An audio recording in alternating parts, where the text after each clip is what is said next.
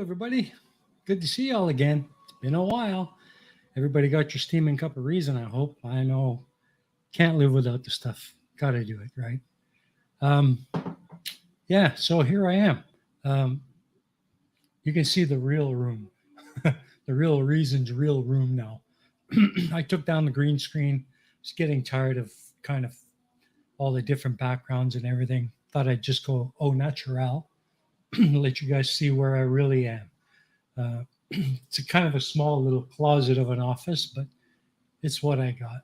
And also, couldn't really afford it, but I went and bought a 1080p webcam. So I hope things are looking better. Um, it's better than the iPhone I was using because I couldn't rely on the battery life on that old thing. And well, you all know the webcam or the camcorder I was using before bit the dust. So uh, this is where I'm at now. So how have you all been? It's good to see you. Forgive the voice. It's been a rough time this past month, and I'm still kind of getting over some stuff, but making do the best I can. So yeah, it's been a while. Life's been kicking my butt pretty damn good for the past month and a half. I'll say that. It's been really hard, and I'm sorry I've been away for so long. And I promised I'd be on today, so here I am. I'm not probably not going to go the whole 2 hours like I normally do, but I did want to kind of reach out and catch up with y'all, say hello, so let you all know that I'm doing okay, still kicking along, doing the best I can, and let you know what's up. Well, so to speak. A lot of what's up I can't really talk about because it's work related, and we're not really allowed to discuss um, anything about the company or the job uh, on personal live streams. So, but I can say that the job front has been a big part of the issue, as well as a lot of other things happening around here with the apartment and just life in general. A lot of things have been kind of cropping up, uh, cropping up out of the woodwork or coming out through the woodwork, and just one surprise after another. And they've had to kind of put out fires here and there and just deal, you know. Well, I'm sure you all know what it's like when life comes around and decides it's going to chew on your ass for a while, you know. And that's kind of what's happening to me. It's still going on, still fighting it, and still working through a lot of stuff. But yeah, I made the promise to be here this week, so here I am. As you can see, I've kind of redesigned everything, going for a more modern, cleaner look. Uh, like the new logo. What do you think? I like it. I think it turned out cool. It's very low key, very understated. It's kind of suits my new theme, I think, and yeah, I like it. So let me know. Let me know what you think with this new logo. uh, just kind of popped out at me, and I made a few tweaks and adjustments, and yeah, I like it. I like the way it turned out. So, but anyways, let's say hello to some of the folks we've got with us today. The usual crowd, of course. Jen's always good to see you. We've got Dr. Nimrod with us. Hello, how you doing, Nimrod? Look at the trees. Ooh, that's a name I have not seen before. If you are new here, welcome. Good to see you. I hope you enjoy your time. Like I said, it's not going to be a full 2 hours tonight. Just kind of a short one, kind of get you guys caught up. Let's see, Sable. Whack, whack, whack. Good one, Sable. Always good to see you, my friend. My friend Clive Wells here with his infant marine life. Do. Yeah, huh? And let's see, who else? We got anybody else with us tonight? Nope, that's it. You're Pal Al. Hey, you just popped in. How you doing, Al? Good to see you. Welcome. Yeah, so it's been a while. um, been dealing with a lot of motivation issues Really, that's a lot of what it is. Just haven't found the motivation to actually stream every week. It's been getting harder and harder for me to get myself together to do that. Mostly because we're getting close to the start of the new school year. So there's lots of work to do at the office, and again, I find myself bringing a lot of that home, um, and that does take up a lot of my time. I've made some commitments to some people for some video work, and I've really been falling behind on that. So I've really been struggling to try and find the time to get caught up with that stuff. Um, so as it stands right now, I can't really make any promises. I don't know if I'm going to be able to do this every week. I'm going to try, but I really don't know. It's going to be kind of hit and miss for a while until I get myself grounded again.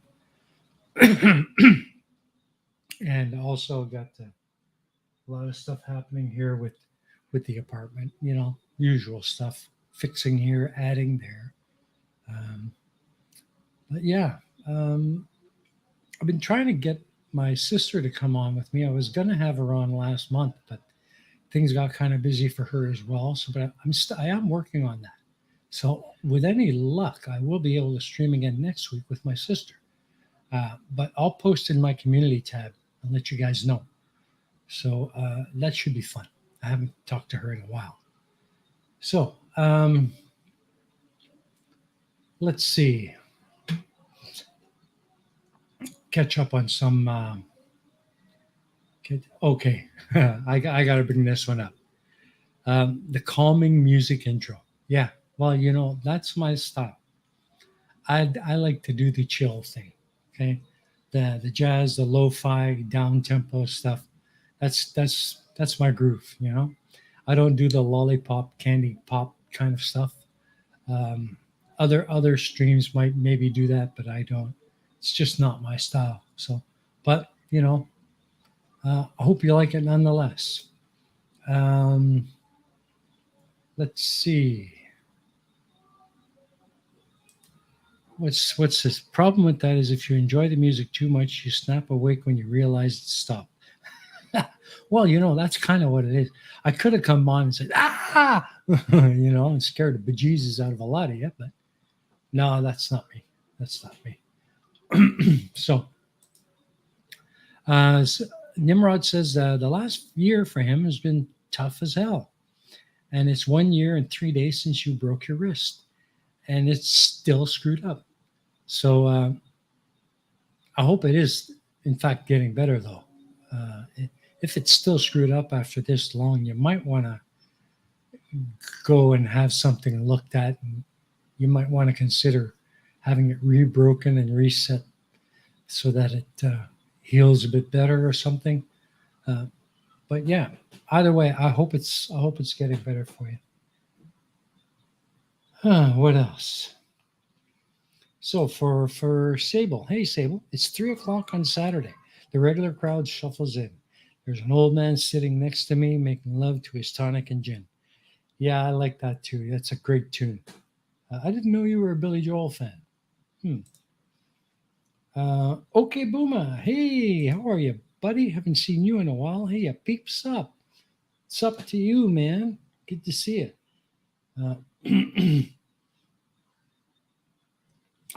You have nerve damage. Well, that'll do it. That'll definitely do it. But do you still at least have mobility so you can use that hand? You know what I mean. Not going to go there. But you at least have some mobility, right?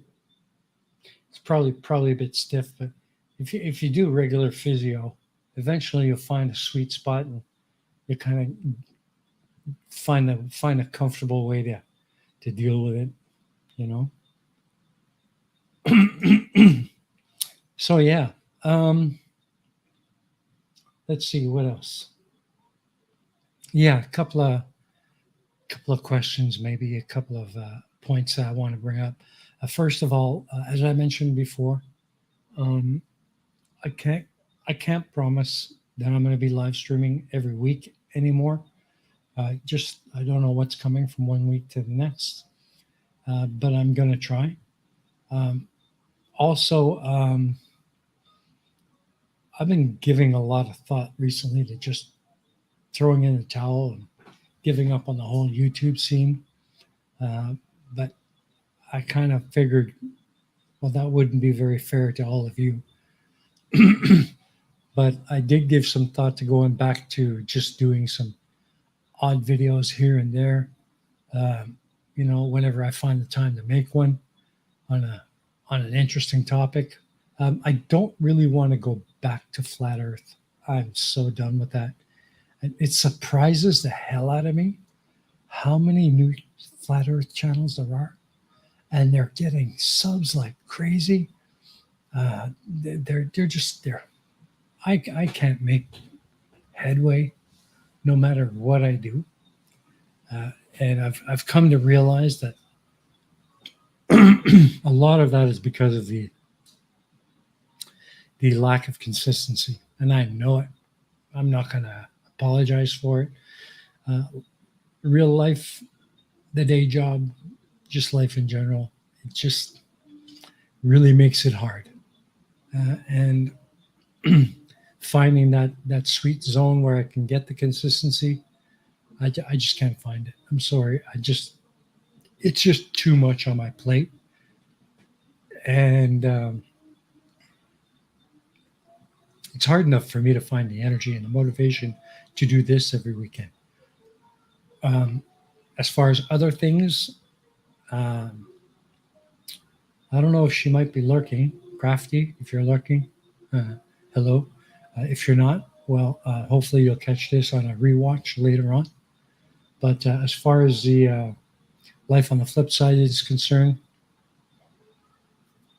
I don't know where that's going. I really don't.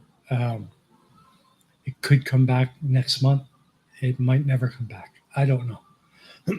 I really have no idea what the future holds for the life on the flip side. I hope we can make a comeback, and get that back to where it was. But right now, I've stopped pushing for it. Uh, I'm ready to go whenever my co-host is, but I'm leaving it at that. Um, we'll just have to wait and see. Um, Ooh, that sounds kind of uncomfortable there, buddy. Nerve pain feels like electricity and bacon frying popping in my foot. Hmm. Okay. Well, yeah, I can certainly understand the nerve pain. I have to deal with that every once in a while myself.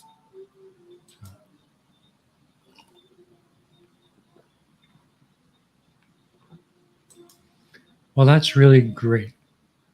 I'm really happy to hear that, Jens. Keep it up. I hope one day I will find the same motivation. But I haven't been able to do it as yet.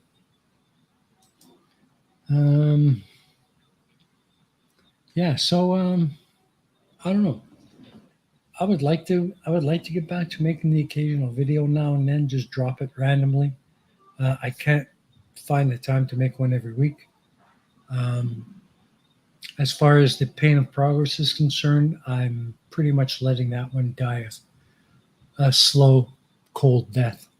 I'll leave the channel up, but at this point, I don't see myself adding to it anymore.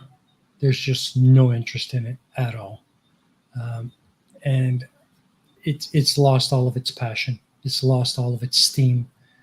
So I'm just going to leave that to be, and hopefully somebody now and again will come across it, watch a few videos they like, but I don't expect much more than that from it.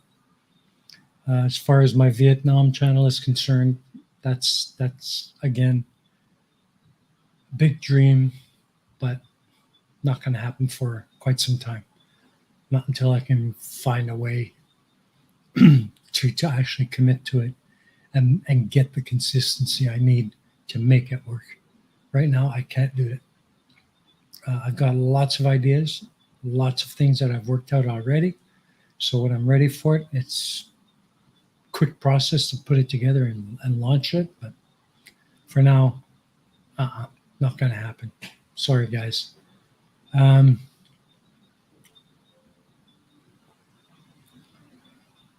yeah. So that's really where it's at.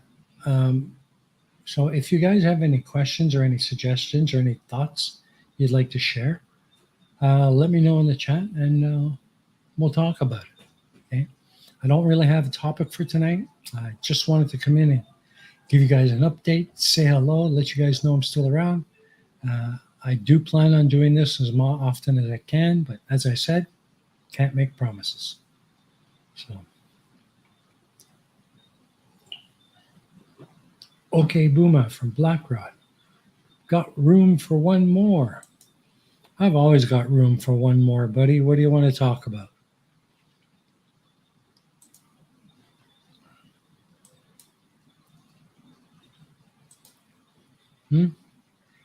Any ideas what you want to talk about? Just trying to get myself set up with a link here. Okay.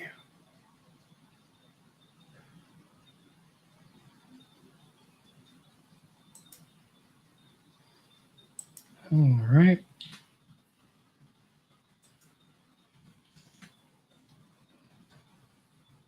Okay, well.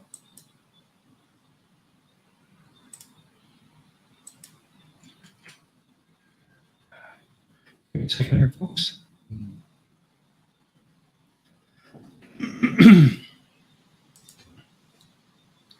Okay. So it looks like we're going to get Booma jumping in here in a minute. Just talk about YouTube and stuff. Remember, do when you can. YouTube is a shell of its former self. It's mostly just vitriol and between idiots and people who claim to be smart. McToon 550. Yeah. I kind of have to agree with you on that. It's kind of like YouTube has become almost the same cesspool as Twitter has become. You know, there's so much out there. Well, hello. We have a Professor Phil Bell with us. Good evening, sir. Good to see you. Always nice to see you. Yeah, I've been away for a while. Been dealing with lots of challenges, and of course, the day job takes a lot out of me. But yeah, I did manage to get back. So I'm going to bring on a Booma. Well, hello there, Booma. How you doing, mate? I can't hear you right now. Can you hear me? Not if you I can hear you. You're kind of low. How am I? Am I coming through okay? Testing. I can hear you, but you're kind of soft.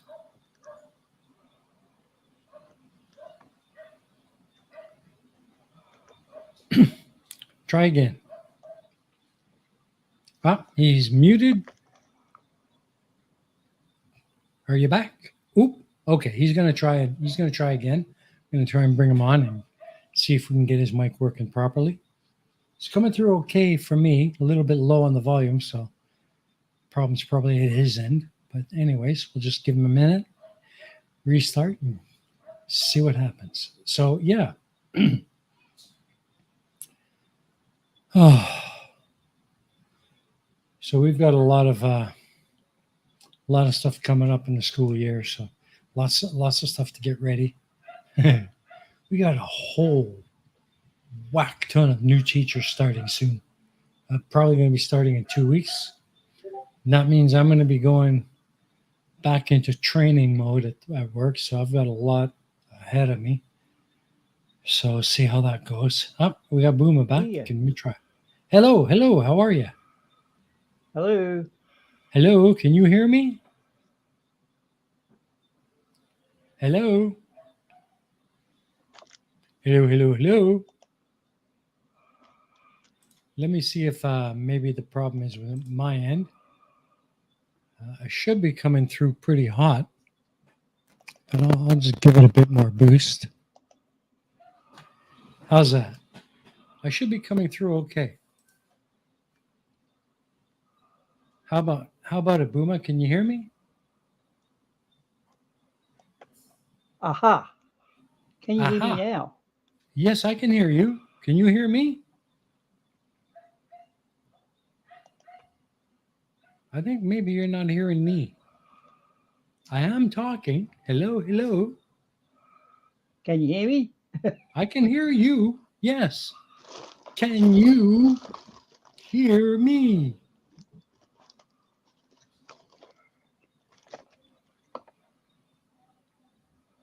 Check your headphones, mate. See if you got your headphone volume down or something.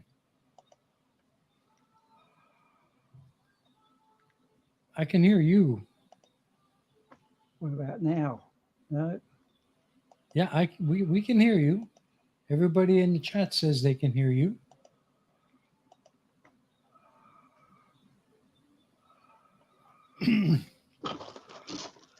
Can you hear me now? Oh yeah, we can hear you. We always could. Can you hear us? I appear to be there, but I don't know if you can see me. I can see you. Well, I see your avatar. Yes.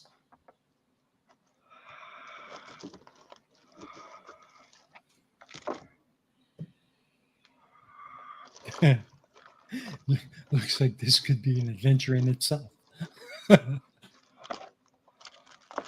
do you say, Booma? See, I have a feeling that he can probably see me, but he just can't hear me. Oh, now he's muted again.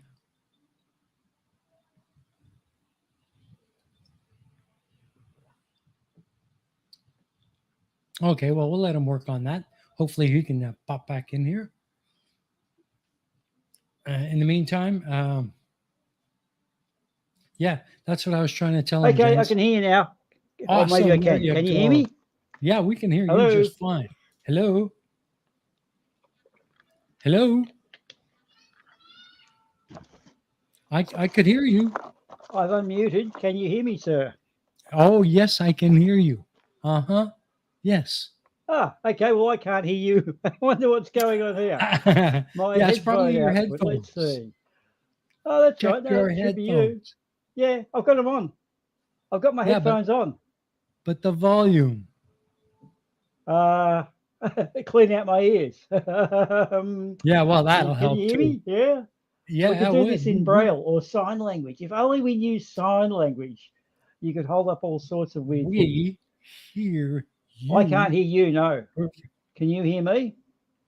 Yes. Can you hear what I'm saying? Right. Yes. So I'm not getting it back. That's a little bit weird. I'm on high definition headphone output. Let's see. Should be on voice meter or headset. What about that? Headset earphone. But that's not part of here. Hold on. I've done this before. Yes. See where you're going. Definitely Where HD output. Thinking. See, normally Give I have me a second. when I have voice meter going, my speakers are on A1. I don't quite A2 understand what set the to the sign headphones. language is you're saying there.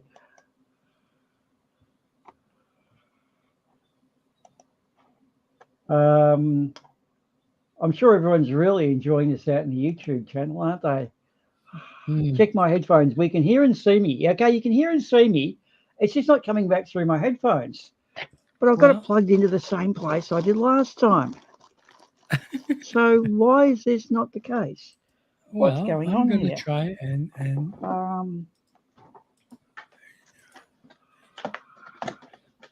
can you see that? You see? There. It's my speakers. Maybe my headphones are dead.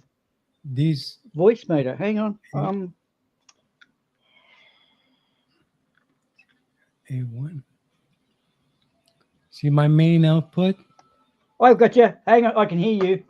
Ah, good, good, good. There you go. Right. I've just worked out what it was. I was Ah, listening good. through. I was listening through the wrong system. Okay, now I got you. How are Ah, you, good. Jeff? Hey, how Hey, you doing, Boomer? you reckon How you that's? been? Oh, you reckon a seasoned hand like me would know Well, exactly how to plug it? I've only done this about 5,000 times. But did you know? Did you know, mate? Technically, all the money you've ever spent on food ended up down the toilet. So there's a food for thought. if you were Any, to count that up, you'd be amazed. If you just uh, stop eating for a year, you'd be a millionaire.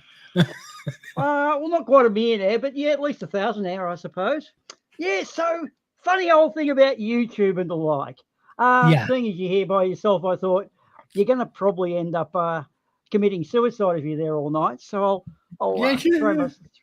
throw Yeah. myself up. But anyway, yeah, we've had some interesting things. You were saying how you reckon flat Earth. Did you say flat Earth's picking up or not a little earlier? Well, it kind of looks like it is. I keep seeing new channels, new creators of flat Earth debunkers and stuff that I haven't seen before, and their channels are just blowing up. You know, and I can't. I for the life of me, I can't figure it out. You know, and I know what my problem is. I know the problem with me is the fact that I just don't have the consistency, and that's why my channel just won't grow. It's stagnant. It probably never go beyond what it is because I just don't have the commitment to to be that consistent, uh, and that's been the problem.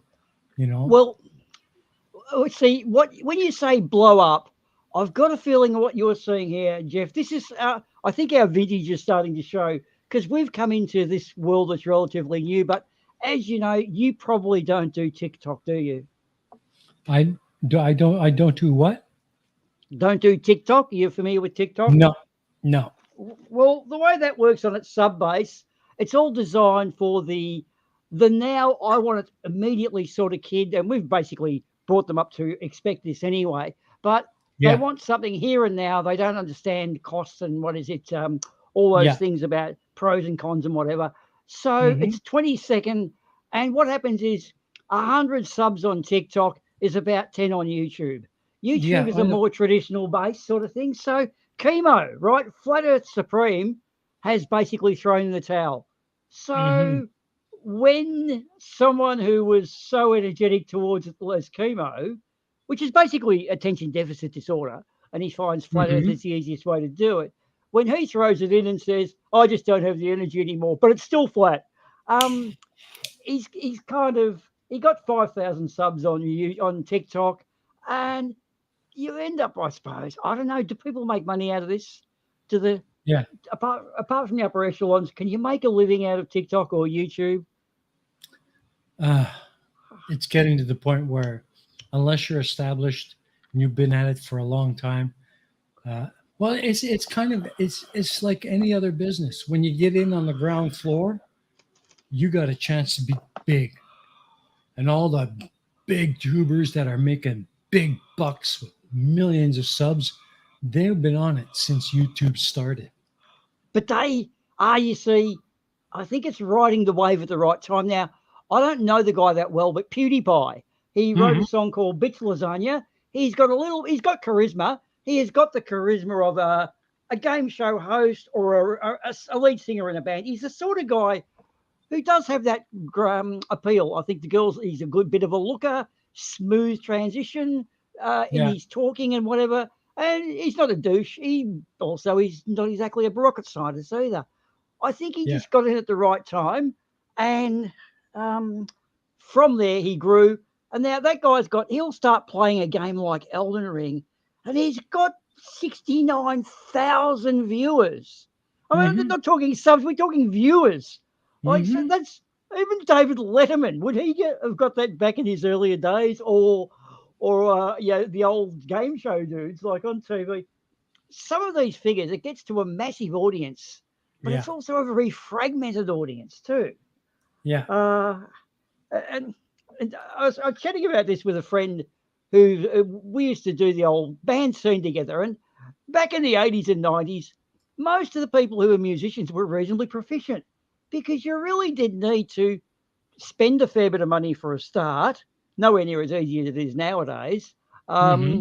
You'd have to learn your instrument, find like minded people. And so, in a sense, it shook off all of the time wasters. So, anyone Yeah. who was out there doing it was it had a way of vetting out the crap. The cream did float to the top, if you don't mind me. Like I never floated to the top, but the better ones got into it. So, on Mm-hmm. that note, if you use that analogy of music, well, it was already self-vetting to begin with. Whereas now YouTube, I mean, even a flat earther can upload a video, mate. So Mm-hmm. it can't be that Yeah. fucking hard, can it? Uh, Yeah.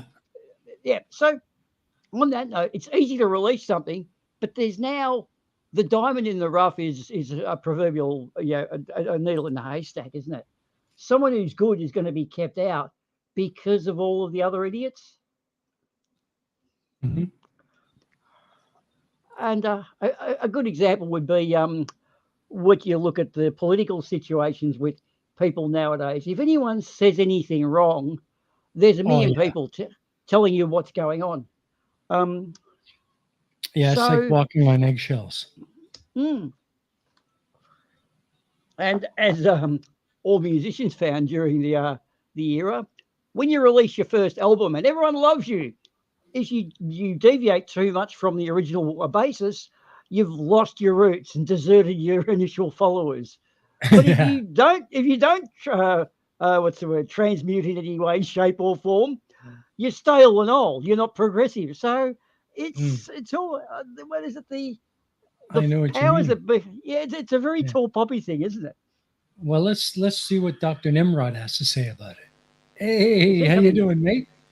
Hello, everybody. Look at my Hello, beard's hello. getting nice and long after Oh, a whole year. getting nice and long. Almost time to turn that sucker white for Christmas. Yeah, and Start drinking the beer. I'm forbidden from cutting my hair from my daughter. Ah. And I don't really have too much of a problem doing that, though. So how you been? Not too badly, is how I've been recently. Hmm. Um, life is, well, life's shit for everybody, but it's not really that bad for me. It could be a lot worse. Well, yeah, I suppose I could say the same. How about you, Booma? Um, well, I'm retired, mate. So for me, life is much the same. I'm in my bush cabin. It's been cold lately. It's because it's winter. Where are you guys? You're European, aren't you, Dr. Nimrod? Is that right? Yeah, that's right, Dublin. So you're in the middle of the day now. It's about lunchtime for you. Is that right? It is 14:37 UTC for me. Yes, There Okay. you go. which You got a is bit of a 20 to 4 in local time. got a bit of a buzz happening there, mate. Can you hear that too, Jeff, or is that just me? Not really. I don't hear it. Okay. All right. That must be just the way the internet is. Oh, It could be me. I have weird headphones I just bought new. Sometimes I have to press the Oh, mute okay. button to get rid of that noise. it just changed. It just did. You just got rid of it. Yeah, Well because done. There you go. I pressed the mute button on my headphones, which doesn't mute me. It just gets rid of a loud noise. Okay, so it's the loud noise button. Sorry about that. I forgot I hadn't pressed it. But anyway, Okay. Oh, yeah, that's better. new headphones. I haven't quite figured them out yet. Yeah. Yep. So for me, it's midnight, but I don't drink any alcohol, so I don't get drunk on Saturday nights. And you know what it's There like you when go. you're in your 20s, you go out every night, and whenever you can. When you're up in your 50s, 60s, you kind of don't care about for that shit anymore. Hey, Professor Yeah. Phil, haven't seen you for a while, but I got to say, dude, this is an amazing thing because with YouTube, you get every Tom, Dick, and Harry filling it the airways Yeah. full of shit, but you also get lots of great stuff too, like the Oh, James yeah. Webb Telescope, man. It is just doing some Horn bag stuff like it's photographing galaxies now that are back in the stage where they're thinking, hang on, these things are so old. The universe didn't exist by the distance it is, by the color of the redshifts and all this. And we have all this dark energy and dark matter. And like, it's just phenomenal. The more we find out and the better high tech stuff we put up, it just poses a whole new bunch of questions. So I Yeah. reckon Well, learning is the big winner right now. do you Yeah. know? Do Anyway, you know what, Boom? I was Well, watching an English YouTube content creator called Dr. Becky, and she's an astrophysicist.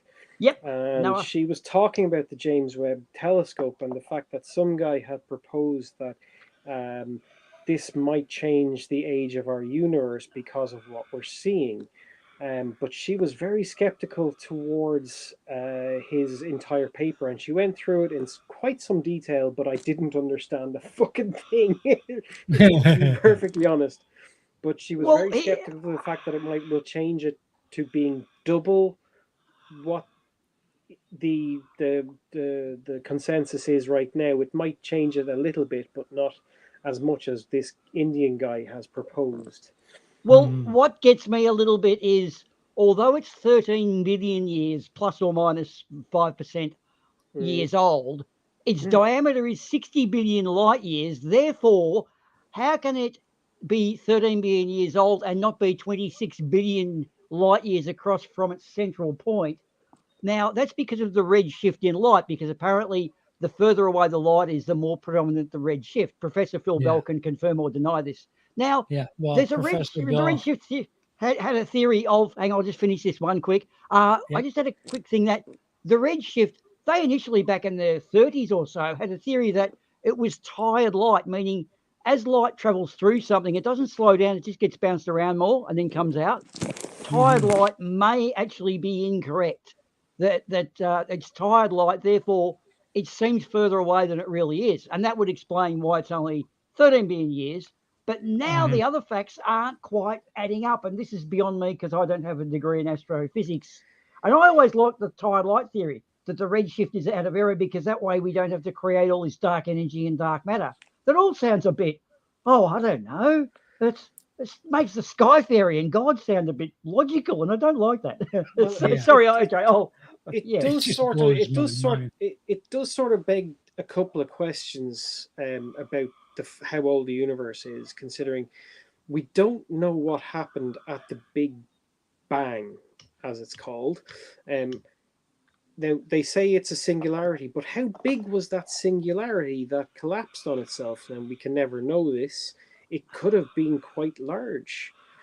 It could have been smaller than we think. And the fact that the universe is so many light years wide, we might be fairly close to being in the middle of the universe, possibly, and that the rate of expansion in the beginning was a lot faster and it expanded more than we know of.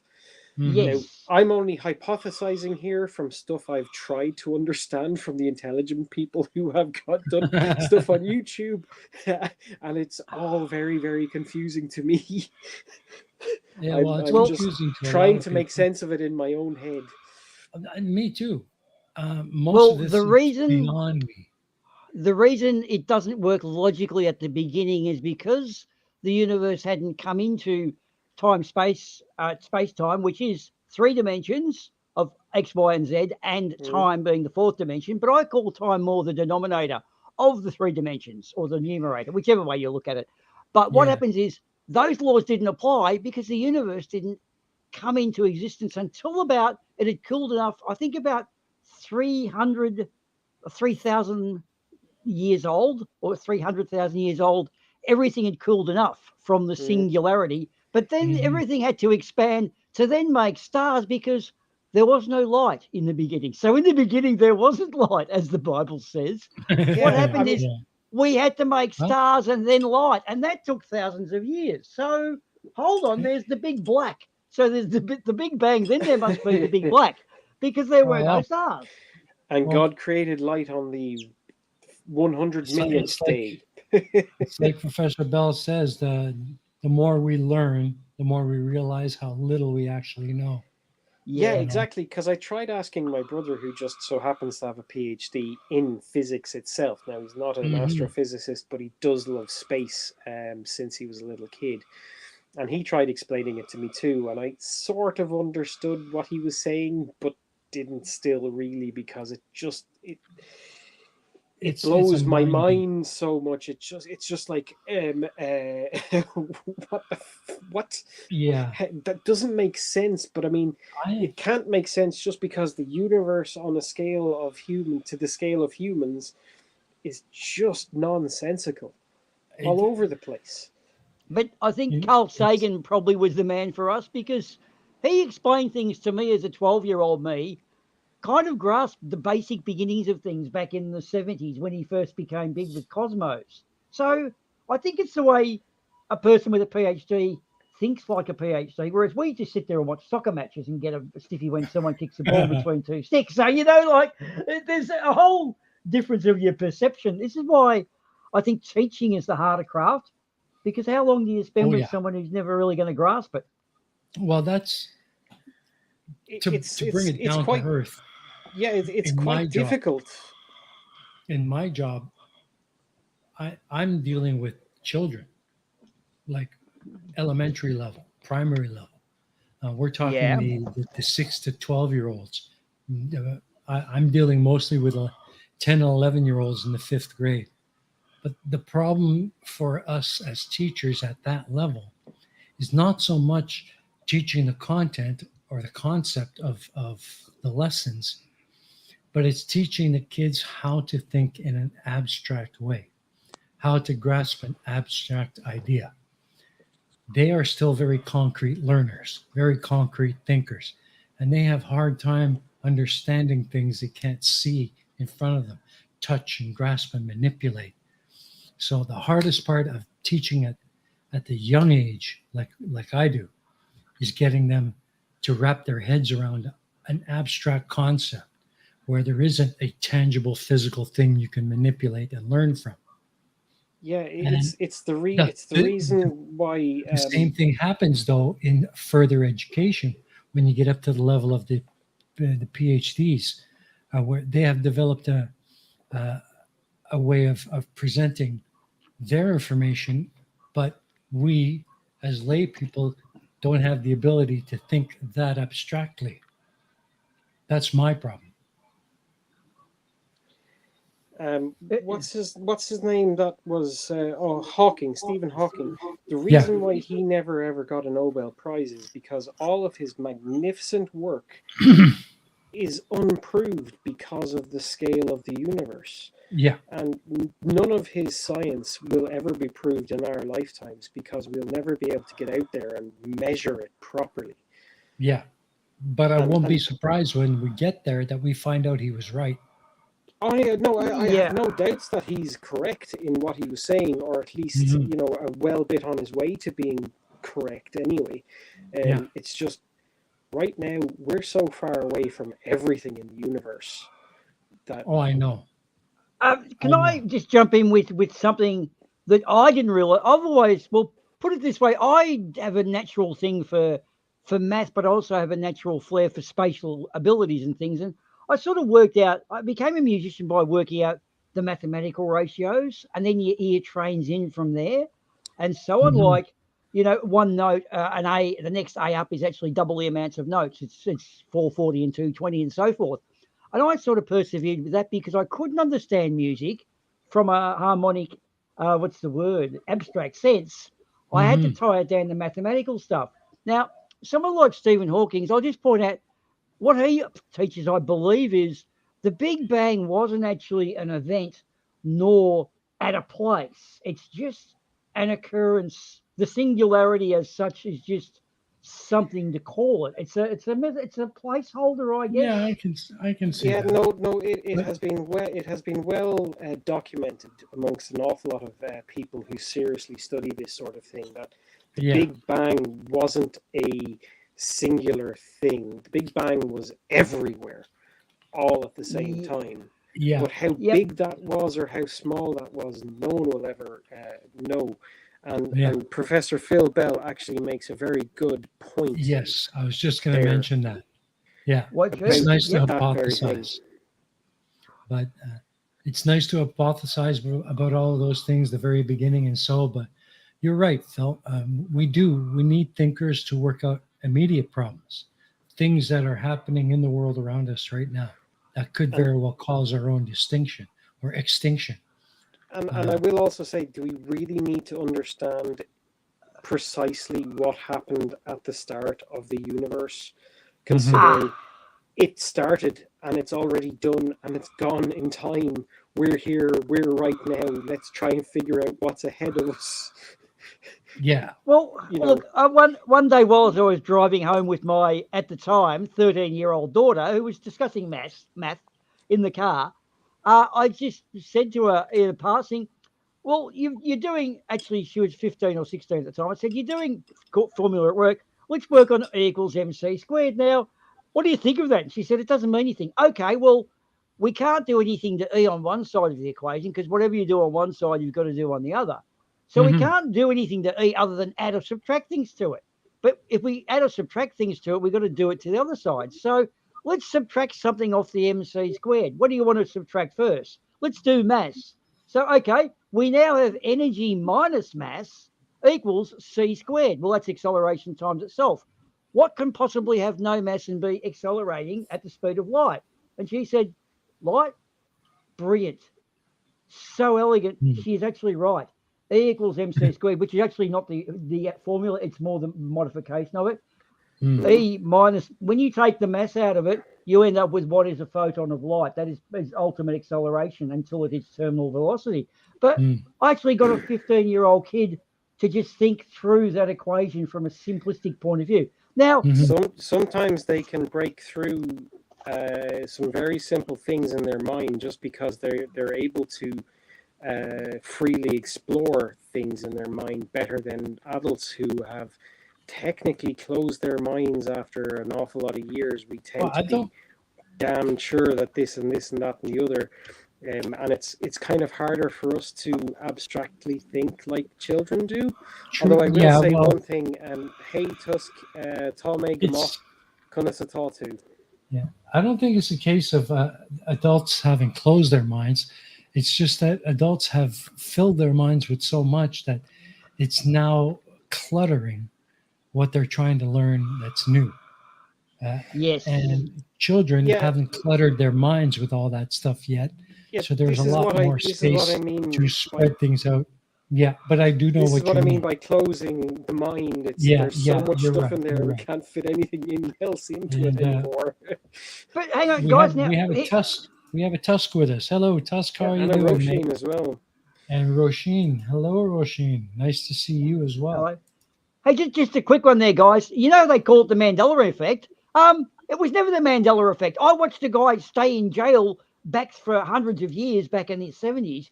He then was released from jail. No, he didn't die. But what we did have, and I think you would too, Jeff, is the Walt Disney effect, where Walt Disney was in cryogenic sleep. And apparently he wasn't.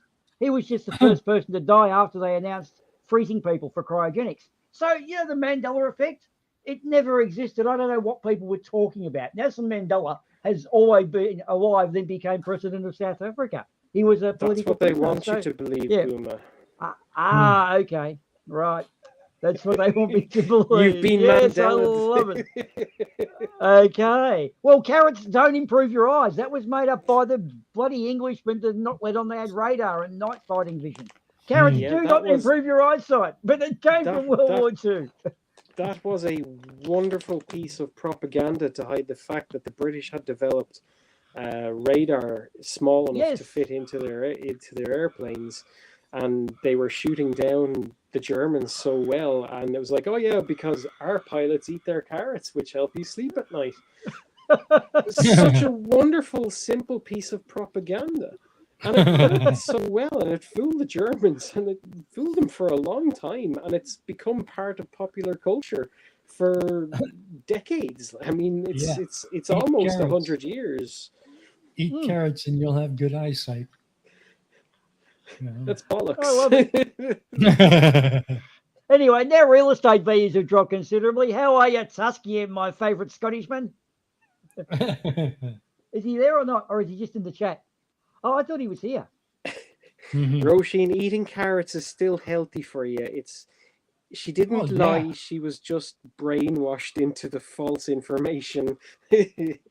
what she was saying wasn't entirely true, but it was a good idea to eat As your we all carrots. Actually, carrots But, are very versatile, man. You just grab the grater and throw a slice of them on anything. They work as a perfect garnish, and they're actually Yeah. good for you in that sense too. Crunchy and sweet and yummy, yummy, yummy. Yep. Yeah, Anyway, look, you just I don't hold yeah. that view with carrots, Booma. Unfortunately, I've never really liked Well, my vegetables that much, apart from potatoes. I'm sorry to tell you, Roisin, but you're right. Mammy lied about the carrots. Sometimes mammies lie. I know it's shocking and all, especially Irish mammies. Yeah, when it comes to the vitamins and minerals required for improved eyesight, I think the turnip is much better than the carrot.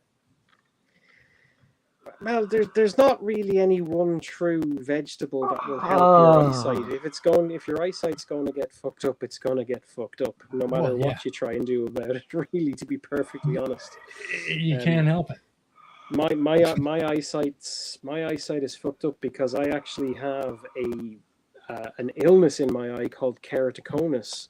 So on one of my eyes, instead of it being a flat conical surface, flat conical. I'm sounding like a flat earther now, but it's instead of a smooth conical surface, it's more like sandpaper, and so everything I look at is blurred. I mean, I can still read and stuff. I'm not that bad of eyesight. It's just everything is blurred as fuck. Yeah. Well, I believe all Caucasian males, our lenses begin to harden around the age of 40. And that's when you start to. I'm naturally long-sighted, so my eyes haven't shortened. Like I can still read a registration plate at distance, but I now struggle with those bottles. Eyedroppers. You cannot read them. Or instructions on food or cans. I can't read that. I want to throw the cans through the window. Or how long do I microwave they make it for? it so small nowadays. It's ridiculous. You can't really blame the companies for that because they are by law required to add all of that information. The only way they can do it is either give you a book along with the product or print really small on the available space in the label. Well, how's this, guys? I had some cough mixture, right? Same daughter I was talking about, but 10 years or so earlier, I got some cough mixture for her when she was 5 years old that said, do not drink alcohol or operate heavy machinery while using this medication. Well, who's going to drive the excavator if she can't do it? I mean, my 5-year-old kid is gainfully employed.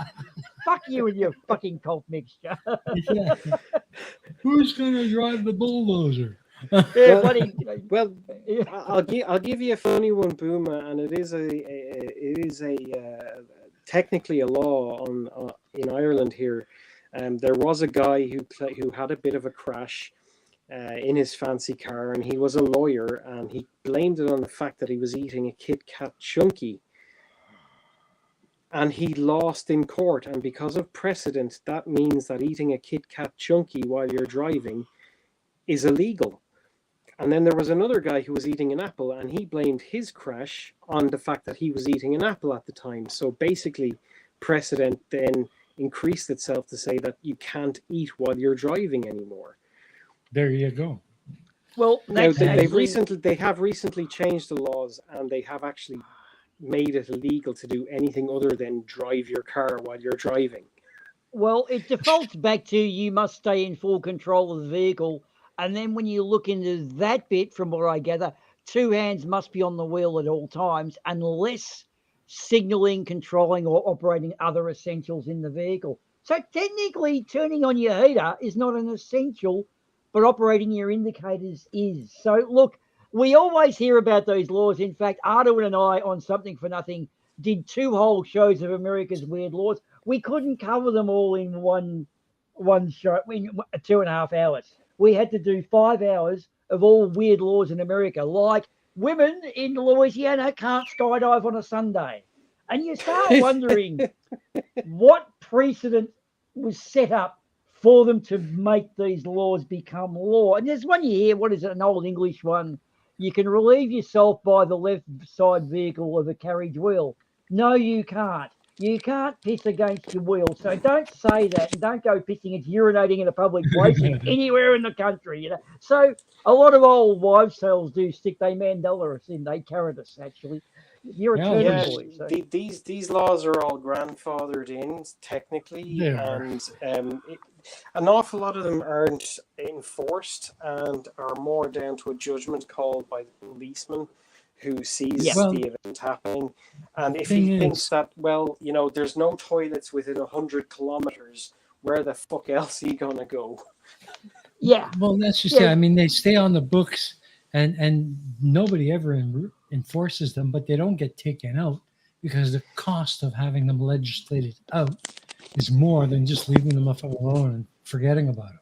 Yeah, and then again, because it's precedent, it's not technically a law. It's just that because some judge made a ruling, if you then try and fight the same thing in the court, they're going to go, well, we've already made a ruling on this.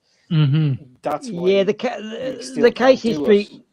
Look, the case history one's pretty tricky because it's got to be virtually mirrored circumstances, which is why all court cases you have the right to take to court because although it's already happened, there can be other circumstances that have changed since then.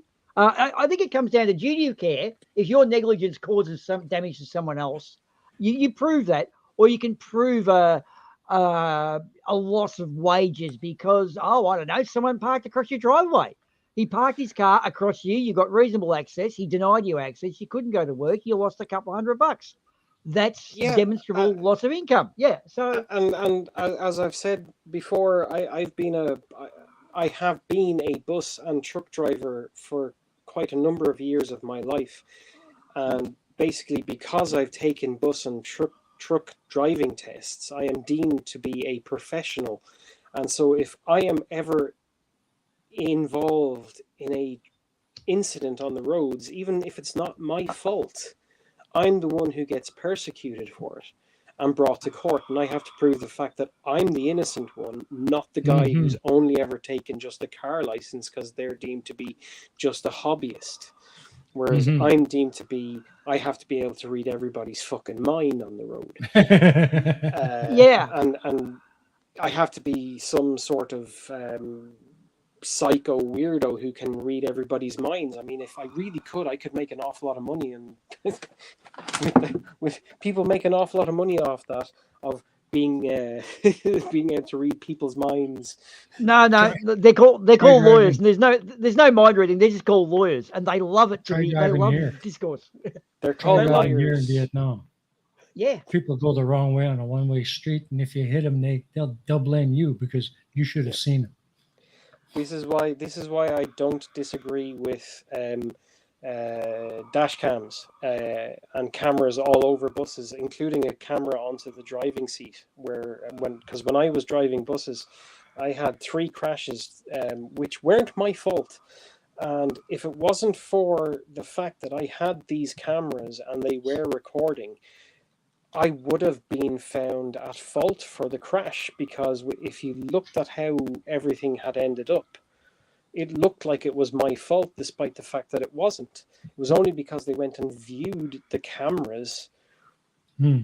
that I was redeemed to being of good standing, and my word was actually correct into exactly what happened.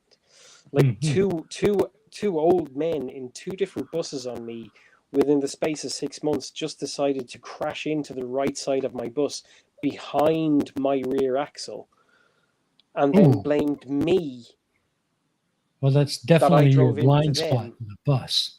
Well, it's not where they were, because with the mirrors in your bus, you can see both your axle. You can you can see all of your axles with your mirrors on your bus, including the front axle. So I seen Mm-hmm. them. I was watching them when they drove into me. But they claimed it was me because they were that far back. It technically looked as if I crashed into them. Mm-hmm. But Yep. the cameras showed the fact that I stayed in my lane. They physically moved over and purposely, and it even showed them the fact that they didn't even look in their mirrors. They didn't indicate or anything. They just moved over. Mm. And we've got a Peter Nuttall with us. Hey, Peter, good to see you, mate. Hey, No apologies. You get here when you get here, mate. Just say 900 Hail Marys and send us all a bottle of Yeah, whiskey. exactly. And Roisin says, sure, you seem like the type to hit a parked car and explain how it's not your fault. I'm on Rasheen's side in this one too. I reckon he hit the park. I reckon he hit the parked car, and yeah, I did once hit a parked car, and the first thing I did was ring the police and told them, hey, look, I'm after hitting a parked car with my bus. I would leave a note on it, only it's raining and it's snowing because it was the middle of winter, so it was sort of snow raining here. And as soon as I finished my shift, I went to the nearest Garda station to where my company had its depot, and I reported everything. I'd taken pictures with my phone and showed them everything, and said this person, they were parked in a bus stop, they shouldn't have been, and when I was pulling away, tail swing just caught the front of their bumper. And I never heard anything back about it, but I did report it fully and did everything within my duty of care as a bus driver to ensure that I had taken pictures, I drew a sketch, I did everything that was necessary of me apart from leave a note on that person's windscreen, because You did your due diligence. exactly, I couldn't leave a note on their windscreen because when they'd come back it would have just been mush and they wouldn't have been able to read anything on it. well, an interesting one that's capitalised a lot on by the current affairs shows and the muckraking TV programs is if someone breaks into your house and you shoot them, you'll get charged with murder. Now, what they neglect to mention, it seems all wrong because we should, especially Americans, should be allowed to protect their property with their gun. But what they don't realise is that if I wanted to knock you off because you tore the front bumper off my car when I parked it illegally in a bus stop one day, I could invite you around to my place and tell you to come around the back and shoot you as a burglar because I wanted to. So this is why you're not allowed to shoot someone on your property. But this business of them suing you for getting shot, and I mean, wouldn't a reasonable person say I panicked and just pulled the trigger by accident, or like here's a person jumping over the fence and get away with no manslaughter or culpable fire? Well, Booma, here in Ireland, there have been several cases where farmers have shot intruders who are literally breaking into their homes, and they have been prosecuted and found guilty of shooting somebody breaking into their property. Now, they didn't kill anybody, so fortunately, that was very fortunate for them. But there was a huge spate of scumbags breaking into old farmers' houses all around the country and doing really nasty things. And one day, one of them shot them because he was home and he had a shotgun because he's legally allowed to have one as a farmer. Now it was, I think they're only allowed to have a 10 gauge shotgun here in Ireland, or 12 gauge. I forget the gauge. But yeah, Roisin can probably back me up on this one. I do remember them being. I was just going to say she was detained for drink driving on a bicycle. It is well, that is being in charge of a vehicle, and a bicycle is technically a vehicle. It's still technically illegal to be drunk in public. It's just not enforced. Yeah. And I don't know about other countries in the world, but I do know that is a law in England and Ireland. Also, and Sweden as well. Here in Australia, you can't sell alcohol just in the bottle. If I sell you a bottle of wine over the counter, I've got to put it in a paper bag so you can leave with it in a paper bag. But if it's shrink wrap like Stubbies are, or it's in a case of beer like a cardboard case of 24-pack slab, that's packaging. Fine. But if it's actually just a bottle of beer or a bottle of wine or champagne by itself, although the cap's on it, you are drinking in a public place. It's got to be concealed as such. And that law is still on the books in Scotland very much so. I'm not entirely sure if it's still in Ireland, but I do know when I do go to the off license here, the first thing they do when you say, I want to have a bottle of that, please, is they put it in a paper bag and they give it to you. Yeah. So there might be some sort of rule if it's not a law, it's just a that company who owns the off license have this standard thing. You have to put it into a bag. Yeah. But unless for hotelier, unless I can prove to them that I'm putting it in my own bag first, so I can hide it to walk out. Yes, but the thing is, that's duty of care. And what happens is, even if they say, don't worry about a bag, mate, you are then obligated under your Liquor License Act to say, no, I'm required by law to put it in. Please Mhm. don't take it out of the bag. You've got to inform them of the law. So that's like a Yeah. thing you've got to know as a barman. You can't just, yeah, it's sort of like being a barman is actually a high stress job because people get drunk and kids are like drunks and drunks are like kids, but at least And you're not drunks, allowed to serve drunk people alcohol. yeah. So the guy's just spent $500 of his hard earned in your beer bar, and you got to say, I'm cutting you off. And he wants to throw an ashtray at you. And yeah, I've sort of been there. It's a tricky one. But as I used to say to them, the customer's always right, but the barman always wins. Just bear that Well, in mind, my friend. yeah, well, I do have an even better saying than that because I worked in airports. The customer is always right, but the passenger is always wrong. Ah, what is it with Ah, what is it with aircraft and people who misbehave? Like they just Well, seem to lose the plot. well, you see, they don't read the terms and conditions of flying, and in those terms and conditions, there are very, very strict rules as to how drunk you can be getting on an aircraft. Because you have to be able to evacuate that aircraft without somebody helping you. So if you're drunk, you're actually impeding yourself and everybody else, and it's illegal to fly. And I have stopped people from flying because they were too drunk. Basically, mhm. told them go off, drink only coffee for the next hour, or I won't be boarding you on my aircraft. And it's just like they come back, they're still drunk obviously, but they're sober enough to stand up without their two mates holding them up, which has happened to me a few times, Yes. seeing that sort of thing. It's quite funny. It's like, oh, So but we're Polish. I know you're Polish, I'm Irish, and we like to drink an awful lot and we can handle our booze, but he's way too far gone. But Roisin says that Ryanair is the cause of most travel problems. Well, Roisin, I think you're over exaggerating there because I used to board Ryanair flights. I didn't work for Ryanair, thank God. I've never worked for Ryanair or been employed by Ryanair, but I did board their aircraft. And they are quite lax on an awful lot of their rules. It's just you have to know how to deal with the gate staff and the people on board the aircraft. If you're nice and you're not being a fucking Karen to them, they will be super, super lenient to you. And then you also have to remember that these people who are working in airports, they've been really stressed all day. They've been dealing with a bunch of Karens all day long. And then you come and you're being a Karen too, or even if you're trying not to be one, they're just so stressed out and have had so many Karens, it's just like everybody's the enemy. And I've had those days myself, bad days Mm. myself, but I've still tried to remain lenient to people.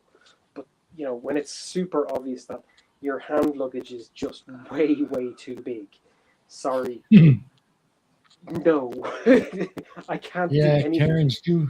They do have a way of winding you up. I mean, um well, yeah, I mean, yeah, Ryanair, yeah, what do you expect for 30 quid? Yeah, well, that's just You it. know, You know. you're not paying for anything super special. The amount of times I've got told by people, I'm never flying Ryanair again, and then 2 weeks later they turn up at the airport again and are flying out Yeah. again with Ryanair. And I'm going, I thought you weren't flying here anymore.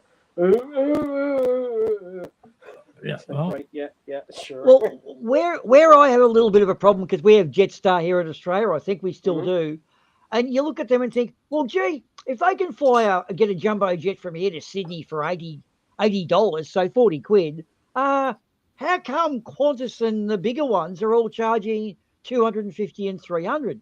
Now, they can either be grossly overcharging, which is a bit of a thing, Which they or they're are. cutting corners, or they're paying their staff a lot of money, which means they've got the best pilots, which is a good thing. So is it better to pay the 30 quid airline? Now, a radio Well, announcer tells a funny story of Indonesian Airlines where they're taxiing out on the runway of Manila, and as they're just trucking along, it's Air Indonesia or whatever. He reaches in and grabs the pamphlet. And he starts reading where Air Indonesia have three fantastic 747, blah, blah, blah, and starts going on about their fleet. And he looks out the window and you can see two jumbo jets from Air Indonesia that don't have wings. They've been cannibalized, which means of all three jumbos, he's in the last one. And he reckoned, oh no, they don't have wings. Oh shit, I'm in the bastard son of 1,000 wrecked planes now. And he reckons when he got off from Manila into Sydney, he kissed the ground like the Pope because he was so anxious the whole flight, thinking this plane's going to drop out of the sky. So, budget airline. I don't know. A budget bus I can handle. It breaks down. A plane, I'm not too big on. I will say one thing for Ryanair as a budget airline. They pay their pilots very, very well, and the pilots have very good terms and conditions for working. And Ryanair is especially sure to make sure that all safety rules and laws are being followed, because obviously the eyes are always on them for how the fuck can they do it for so cheap. If they do the simplest thing wrong, they're going to get fucked by all the aviation authorities. But their pilots, they love their job. They get a huge amount of experience from doing lots and lots of short haul flights, takeoffs and landings. They're super experienced pilots, and they're well paid and they're well looked after. And so are the cabin crew. The people on the ground, not so much. The people who are checking that's where the problem is. The luggage stuff is, right? This can be if Ryanair isn't taking care of it themselves on the ground, they're hiring it out to the cheapest company because they want to save money. And this is where the problems occur. And people think that it's Ryanair who are making these problems, but it's not Ryanair technically, but they have to take responsibility for it. And so, it depends on the airport you're in. Here in Dublin Airport, it's Ryanair runs Ryanair staff. They employ their staff here in Dublin Airport. They're not hired out from a cheaper company. And generally things go very, very smooth here. But when I've gone to other airports around Europe with Ryanair, and you go to check in and you've got people who just really don't give a fuck. They're just there trying to earn a commission on selling stuff because the airport or the employer will give them a bonus for them selling more stuff. And that's where a problem is created. And people don't understand this. So it's just like, and I've seen it firsthand. So I know all the little tricks of the trade and how to get around it all. even with the larger airlines, and when I'm flying, if I'm flying long haul, I mean, if Ryanair ever started doing long haul flights, the prices of long haul flights will just plummet because Ryanair's after getting into the market and is able to streamline everything. You see, I think the problem with airlines is they used to be a very prestigious way of travelling, and not a lot of people did it, and it was quite a thing to be flying. Whereas now they're trying to run them like bus companies. And that, to me, here in Australia, Qantas was the world famous, never had an accident airline. They've run it to the ground. It's overseas maintenance schedules. And what was it? Concorde, I think, actually caught fire because of debris on the runway from another plane, went through its fuel tank and caused a fire. That's correct. Concorde did not cause the accident, but it was the victim of the accident because Concorde's caught fire. But that having said that now, Boomer, that wasn't the first incident of this happening to a Concorde, where debris from the runway had pierced an internal fuel tank in the wings on takeoff. It was just so happened that it was being filmed that particular day and it caught fire and was catastrophic. And basically, British Airways and Air France really wanted to stop using Concorde because it didn't ever really make money properly. Yes, it was in profit, but not as much as their 747s or their A350s or A340s or whatever else they had, their 777s. Concorde was a huge expense and you couldn't get that many people onto it. And the noise of it and everything else. Concorde was failing so badly that Air France and British Airways were actually really happy. The anticipated market wasn't there as they thought. They business model failed. But here's an interesting little factoid for you. The song Some Like It Hot by Robert Palmer, you know the one, Some like it hot and some sweat when the heat is on. That drummer was apparently flown on Concorde from England to do the drum track and then fly back out, apparently making it the most expensive drum track in history to record, because shortly after that, we discovered we could send sort of, I guess, via the internet or whatever, you could send a drum track cheaper than have someone come in and play it for you. So Concorde was kind of instrumental in that particular drum track and that drummer playing on that song. Yeah, well, I mean, it's famous that Phil Collins actually flew from London during Live Aid to New York to play in the same concerts that were playing at the same time. And yeah, that's right. Yeah, only due to Concorde was it physically possible. But I have to drop out for a few minutes. I will be back. Okay, go ahead. Okay, well, I'll throw an interesting note. This could be a rumor, but I believe Richard Branson, when he owned Virgin Megastores back in his young days, and it was British Airways or BOAC or whatever, apparently he was flying over to Europe all the time to buy various vinyl records and CDs and bring them back to England. He'd go and buy the stuff, and that's how he made most of his initial earnings. But apparently, one of the hostesses was so rude, and he said, "Look, excuse me, but like, do you reckon you could just smile and kind of make it look like you care about it?" And she's gone, "No, really, no, not with what we get." And he's gone, "Listen." And she said, like, "And who are you anyway? You don't matter." And he said, "Well, actually, my Virgin Megastores, I read the Business Times, and my Virgin Megastores make in a week what this little shitpole airline makes in a year. So I could quite easily buy this and sack you." And she goes, "Well, why don't you do it then?" And apparently he did. It's like, got him in there. Okay, smart ass. Never challenge a multimillionaire to do something dumb, because I'll do it. Look at Elon Musk. Hey, you know what's happened? You know what's happened with Twitter? It's getting big again because everyone on Twitter loves whinging about how bad Twitter is. For fuck's sake, Elon, you're a genius. You've actually deliberately turned it into shit to make people complain about it. And what do people love to do? Complain. They love to complain. Oh, come on, man. That's going to be such bullshit. That should fail. That's just wrong. I kind of blew out when I heard that Twitter's actually picking up again. And I thought, oh my God. It's amazing. What I did initially want to talk about, now that Doctor's got a bit of time, we've got a channel here called Oz Geographics. Now, the guy does little things on volcanoes, and it's just really short little 10, 20-minute vids. He's got 70,000 subscribers. I jumped in when he was 1,000 thinking there's about 3 people in the world that find geology interesting. I mean, rocks, wow, and volcanoes. Yeah. But he's up to 77K. I mean, shit, that's big numbers in 2 years. But he's been getting attacked by someone. Apparently, if someone starts going onto your YouTube and turning off after a second, it bumps you out of the algorithm. And this also happened to Cheesemondo. Have you heard of that, Jeff, where people de-sub you, they sabotage your channel? Yeah? Yeah, I know. I could never make any sense of the YouTube algorithm. I've tried everything to try and manipulate it, and nothing works. Not even YouTube understand their algorithm. That's true.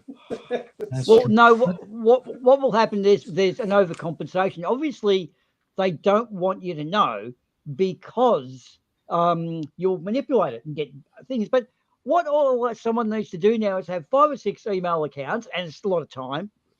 Not like someone, like I decide I don't like you, Jeff, because you live in Vietnam. So all I'm going to do is go onto any of your new releases and just listen for a second and turn it off. And then go in again, log in, listen, and do it to all of your things. And apparently it creates that downward trend.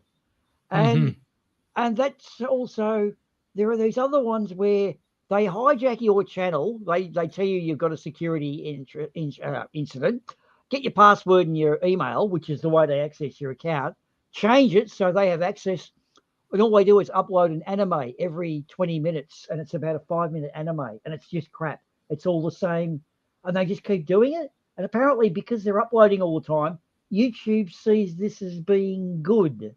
So, I don't know, YouTube's kind of, who's another one? Reckless Ben, who's trying to bring down McCurney Manor, which is apparently it's the scariest house in the US, and he scares people Halloween style. It's basically a total thing. Anyone who gets through the tests, he cancels it out. He doesn't. No one's ever been in the manor because it doesn't exist. There are no rats and spiders and bats and all these things. He's just a narcissistic person who gets off on torturing people, and he's hidden behind a handful of waivers, which, as we know, waivers are overridden by duty of care or breaking the law. But apparently, he's got these waivers that lets him break the law. So he says. But they're now attacking Reckless Ben's channel, and they're trying to take him down because he's got a little army of bots, perhaps. I don't know. What do you think on that, Jeff? Like, what's the point of sabotaging someone unless you're direct competition? Yeah, I don't get it either, to be honest. Maybe they just do it because they get a kick out of doing it. That really, yeah, that's going to last for a certain length of time. Like, I understand the troll mentality. It's people I who don't don't either. have they don't have the drive or the talent to be able to make something, put something together like you do. You can put together those Pain and Progress shows were awesome. In fact, they were like BBC quality, man. I've seen shit Yeah. on the BBC done not as good as yours. Like, it was just very well put together, informative, not over the top. It appealed to everybody, and so we probably don't understand it. And I'm the same. I could get together with Arduin before a show and say, righto, mate, what are we going to do? We'll work through it. And we'd have a show so well put together by the end of it. I think trolls don't get that internal satisfaction of achieving anything in their life. They're very mediocre at most things, but they're good at being a douche. So, okay, well, if I can't feel good myself by being better, I'll drag everyone else down around me. I think that's maybe the Exactly. psychology. But that doesn't have a good use by. It doesn't have a shelf life of anything, in my opinion. So this is what it's weird in the end. Why be a troll? Why not just be good at something instead? Why should I you be know. good at something? Well, why would you bother with that when you can get clicks and views and be a vile person online to everybody? It doesn't really work though. Well, it does, because they're obviously earning money because they haven't gone away yet. I really, well, are they earning money? I think they're the people who just probably, I know, landed a few bucks. I think they want to earn money, and they believe that if they get the clicks and views, they will get more money. But it's just such a vile thing that goes on. I mean, just fucking. Why not try be nice? Why not try and be intelligent instead? But look, there's no money in being nice and intelligent. There's money in being a vile human being to others and getting clicks and views because people are watching you, hoping you'll get tased and arrested and the likes of that. well, look, the thing is, I used to like the trolls you get in the side. Guys like Gary Wybinga, who's a flat earther. Yeah. Is But he someone was just rebuilding? funny. Is someone rebuilding their kitchen in the background? Because the carpenters kind of they banging hands. Anyway, sorry, but guys like that I like. Like one came in defending a vegan teacher. And I said I will go and apologise to her. And in fact, I'll apologise to her many times. I'll apologise to her on the kitchen table and in her lounge room and so and so. So I actually love playing with trolls.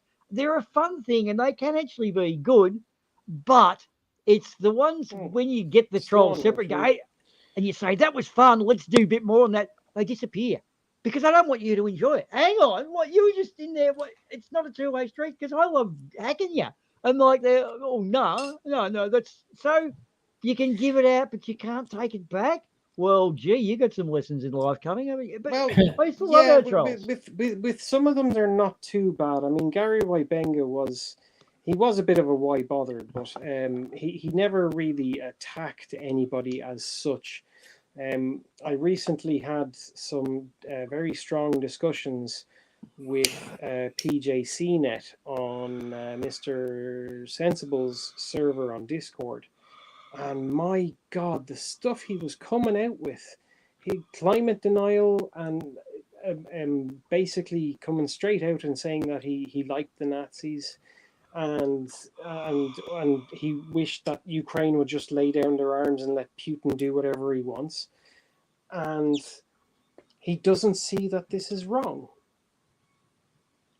because I and, think a and the lot of reason these. why and the reason why he thinks he's correct is because he doesn't believe in the military. So he's a Nazi who is anti-military, and he thinks that this makes it all okay. Hmm. Like Yeah. how? Hello, Chris Durham. Good to see you, my friend. Welcome. Gary, why bother? Hey, Yeah, actually, Chris, while you're there, I'm sorry to just digress from our current topic, guys, but Chris, a lot of people need who do YouTube, as us low-level people, need to have a little background music. As you know, it's sometimes a bit weird when you hear people with no voices, no, just a little bit of soft background music. We tend to sound like those old Kent Hovind clips or those, whatever, denying. Someone like yourself, Chris, would you be able to have some preset music on a loop in the background that's like a little bit of soft guitar or a little bit of soft piano or something like that, that us YouTubers could all use free of copyright? And I dare say all we would give in return is a plug for you and your channel. Would you be someone who'd be into that, in that sort of self promotion? Because I do know a lot of people like to have a bit of background music, but as soon as you grab some, you get copyright struck. do you Even know? Do you know copyright what, strike for ads. Yeah. Boom? Now, I'm not saying that Chris wouldn't be able to do this, but I do just so happen to know that there's a content creator on YouTube called Xerxes Zyquin, and he constantly plugs this guy who does copyright-free music, and allows people to use it. As far as I'm aware, for free. Now, it's not music I like technically, but there is at least one guy, and if there's one guy, there's an awful lot of them. Well, Because hang that's how on. YouTube Hang on. works. Hang on. No, this is a bigger picture there, and I do see your point. What happens now? YouTube has created, and this does make sense, although it's a bit, what do you call, malicious. We got copyright struck because we were doing old 50s movies, old sci-fis, which is pre-63 when the great awakening happened with copyrights on movies. We can use Oh, pre-50 yeah, stuff. no, I've heard about this thing. People getting Now, copyright struck because somebody else uploaded it and then claimed copyright on it. Is that what you're no, they trying didn't to... even upload it. All they do is claim copyright on it because they Mm-hmm. say it's theirs because no one else has. And sometimes this was an Indian company in one instance, but one of them was an ad for Dino Fuel that was black and white and made in 1952. There is no way that is still copyright struck, but the copyright strike takes your live stream down. If you're doing a commentary over a movie like we were, it was killing us. But there are people out there who just say the music's theirs, and PewDiePie said anyone who wants to use bitch lasagna can. And yet people who use bitch lasagna get hunted down by the pseudo, we own the rights to it. Yeah, I know there are multiple artists there. Thanks, Jen. I know there are multiple artists, but what I want to do is get someone like Chris, who I know, to actually chase the people down who do it, because they're telling you you've got to pay them money and all that stuff. And it's kind of no, but you're getting our streams taken down. You know what I mean? Like, that's annoying. That's why I was hoping to synchronize it with someone. And plus, Chris does pretty good stuff. And I know that Chris is quite proficient with piano and that sort of more melodic backgrounds flowing Yeah, I stuff. So he'd mean, be very good at it. yeah, I mean, I totally agree with you, Boom. I mean, getting somebody that you know to create a piece of music for you, and you can say that you and the creator of the piece of music have both agreed that you're able to use it, and nobody can claim the copyright to it. And you have And all yes, backups for that. and put Yes, that that's in the obviously a better description. way. Yeah, and put Yeah, it in the exactly. description. Like we Yeah. plug you and say, Chris has given us permission for this, so don't even try. But Yeah. thank you very much to, in this instance, Chris or whoever. And that way, try to get that as a standard thing that most of us low-level creators will always put up, so it heads them off at the pass. Because apparently some of these people who did get caught out and taken to court, they made like $500,000 in the first year because some people didn't know and started subscribing to them on music that wasn't theirs, on bitch lasagna. Yeah, Yeah, like no, so. that's a bit of a bitch move now, to be perfectly honest. That is a Oh, horrible thing to do. yeah. And some people out there are just vile. But this is what we have to deal with in reality. We deal with it every day anyway when we're going out there. When we go out into the real world, people are just not nice. There's a reason why I don't like the general public. But also, right, on the other side, because I too am a musician myself, I just don't quite have the dexterity nowadays because the old hands aren't up to it. But the other side of it too is that when I've looked at some stuff uploaded onto YouTube, I've thought there is no someone's taken a Jethro Tull song, which like Thick as a Brick. It's a perfect piece of the ultimate artwork, in my opinion. Thick as a Brick and Locomotive and Jethro Aqualung. Tull was fantastic. But they've then done a live version that's from a phone, and it's just terrible. So they've recorded it from their phone in the crowd, which means they've done it illegally. It's fucking off. There is no way Ian Anderson or Jethro Tull would have allowed that shit to come up. So some people are just putting, I'll put this on my channel. So they're also damaging that muso, and that muso wouldn't allow it. You know what I mean?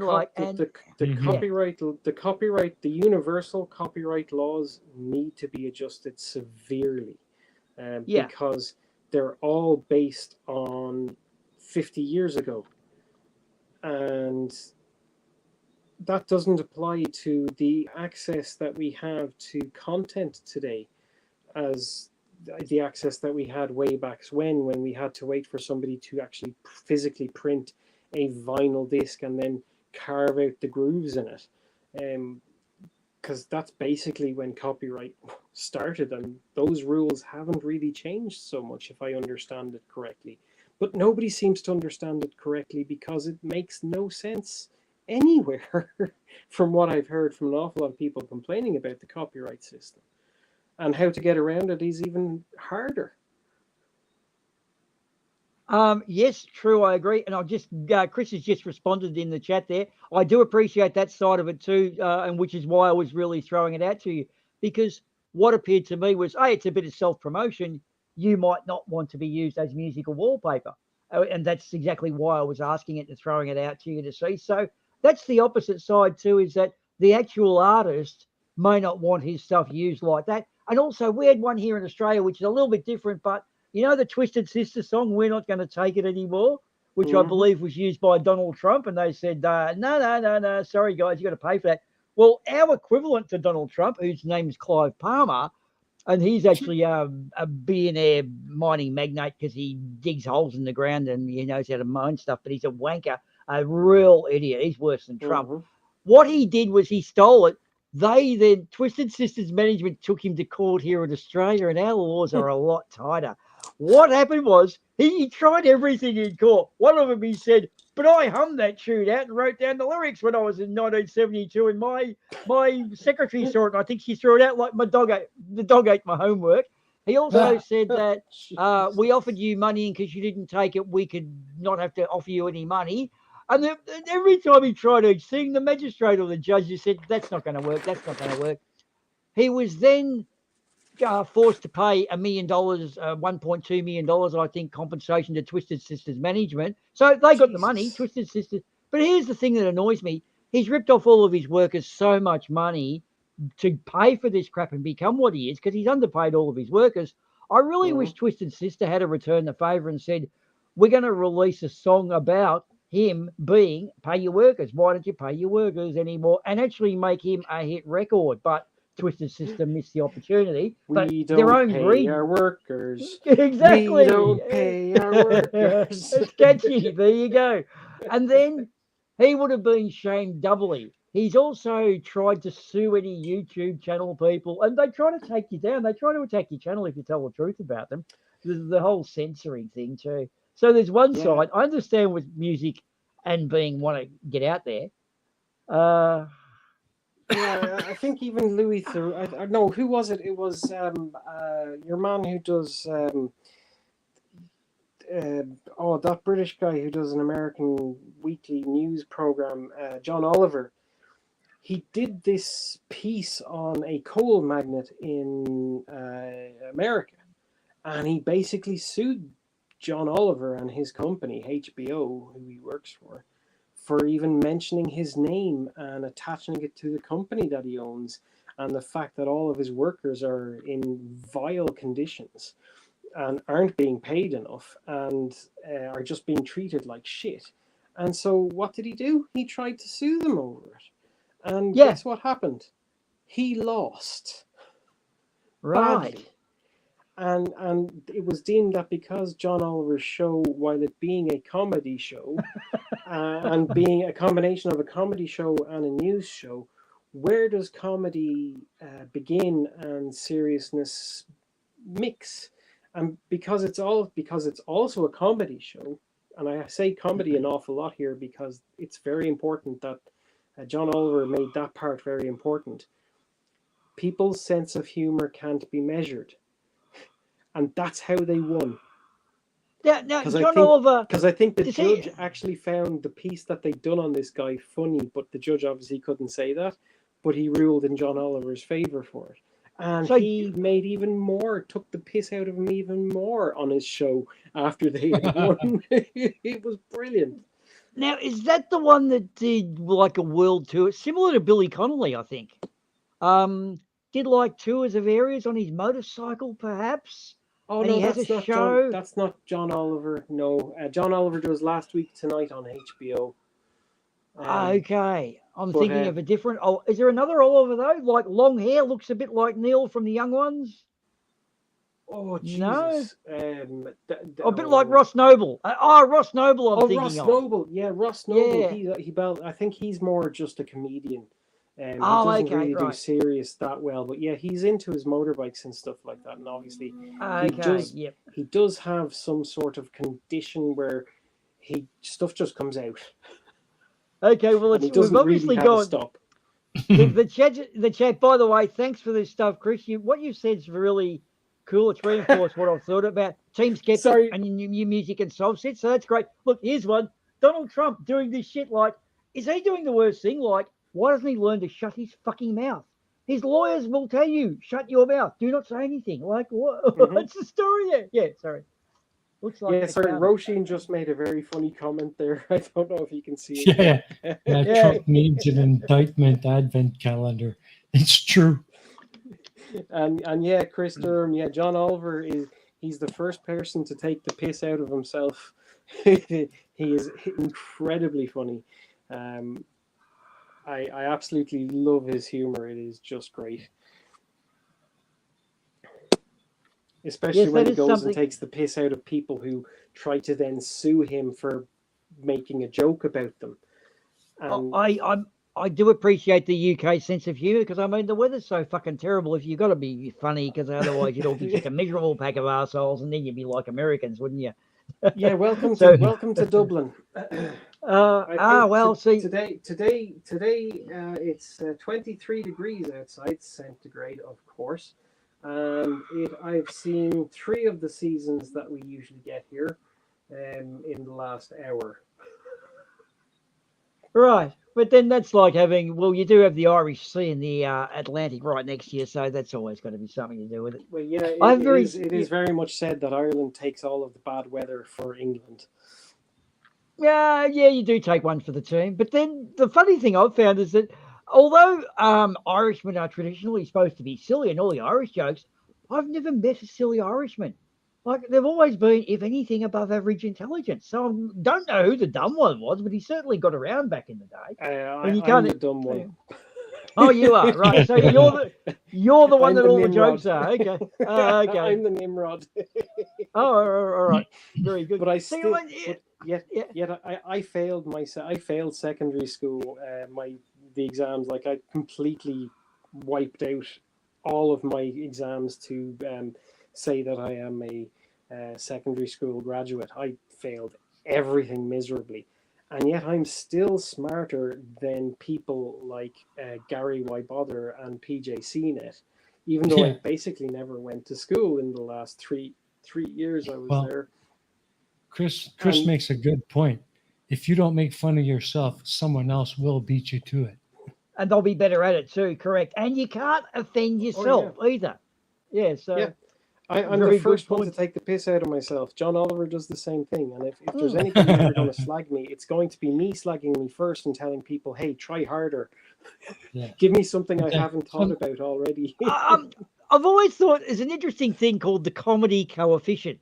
And it's got a whole little thing. So you learn this in some school courses or whatever of precipice, principle, prediction, and then what is wrong. And the funny one I thought of this, and a way to explain this joke is, A horse walks into a bar, and the barman says, and you're all expecting me to say, why the long face?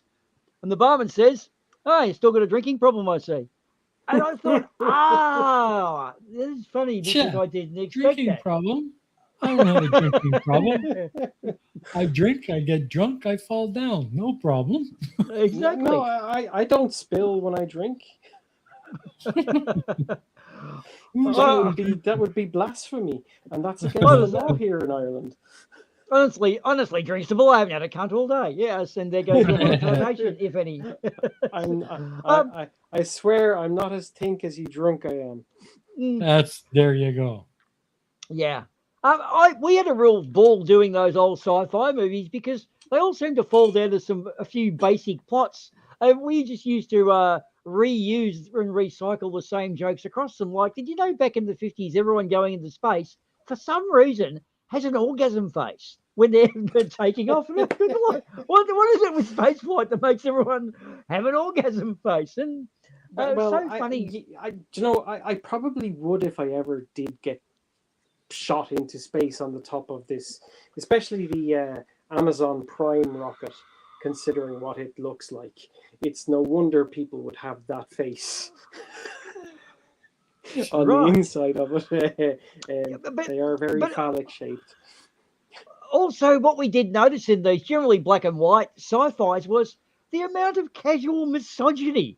Like, the navigation woman was belittled by the 12-year-old Timmy. And like, hang on, Timmy, you're getting the wrong messages this early in life. It's just so strange when you watch what values were in movies. And now, like, we came through an era of some fantastic movies. And now, I don't know about you guys, but this writer's strike, I don't really care about. Like, what movies have come out that have actually been worth watching in the last 10 or 12 years? Can you guys actually name one? Not really. It's been about as long as the last time I watched the a movie. Hobbit come out? The Hobbit, based on a book that was written. Well, that doesn't really qualify, does it? You know what I mean? Like, they don't. I think that was the last movie that was actually half decent to watch. Now, it wasn't as good as the book because the book was fantastic. But okay, look. But when was that released, or even the Star Trek sequels, or not Star Trek, the Star Wars sequels that came out, sequel, prequel, weekle, whatever. Well, which era are you? Which era are you talking? You mean 1 to 3 or the latest? The very last one that came out. When was that released? Because that was also a half decent movie. And I don't think I remembered. I definitely don't go to cinemas to watch these things. I watch them when they come out on a streaming service on my television, obviously, because who's going to go to a cinema nowadays? And I hate people, and people are in cinemas. So, yeah, I think that was probably the last decent movies that I can name off the top of my head. So this SAG-AFTRA thing is... I understand what they're doing, and they're not asking for that much considering the profits that the company they're striking against are making. And it's more affecting the American market really than it is anything else, because it's also affecting television programs. It's not just movies. Yeah, but what's happening though, because they're reusing the old ones, the older screenwriters and actors are now getting royalty payments sort of back paid because they're being reused again. So yeah, there aren't actually losers. They're kind of winning in a retro. It's kind of shaking off the newies.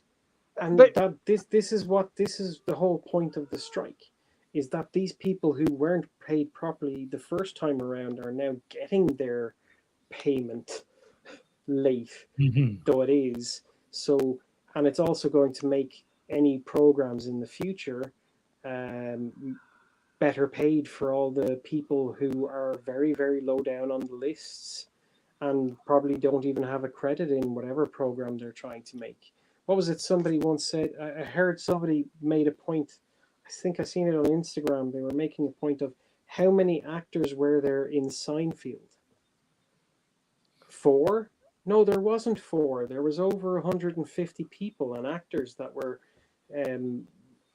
in that program, and then Big Bang Theory, all of these extras that are going around in the Big Bang Theory, they're all actors, and they're probably not getting paid very much. And all the other television shows you watch, yes, they may have 2, 3, 4 main characters, but what about the person who just walks from screen right to screen left in the background?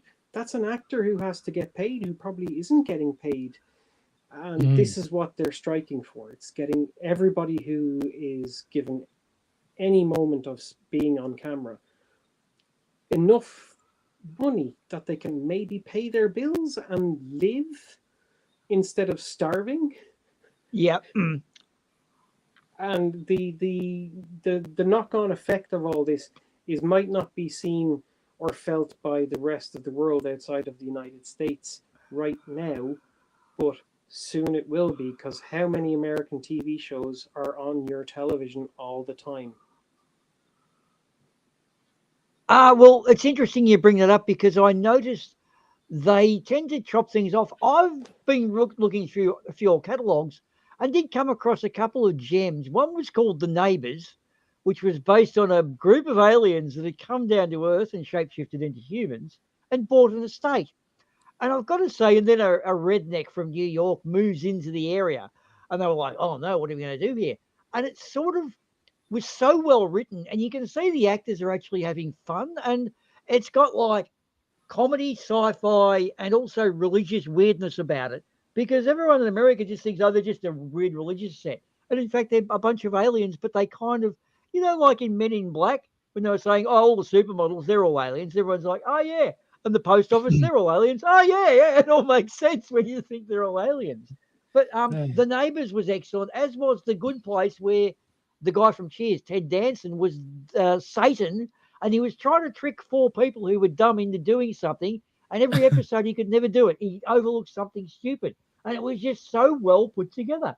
Having the Satan being human, like he wasn't the evil thing we're led to believe. But anyway, we have gone on a bit, Jeff. You've not said much. Yeah, we How have. are you going for? 9 o'clock Hero says, I love the way this short update turned into how many tangents can we throw into one show? Oh, well, this is what happens when you get an Aussie and an Irishman talking with each other. Correct. That's and what a Canadian in Vietnam. That's what this stream has always been about. Just throw something at the fan and see what sticks. And have fun with it. Yeah, and that's why I keep coming back. Just have fun with it. Just like kind of like that one we did when we were talking about Elon Musk and SpaceX. That was hilarious.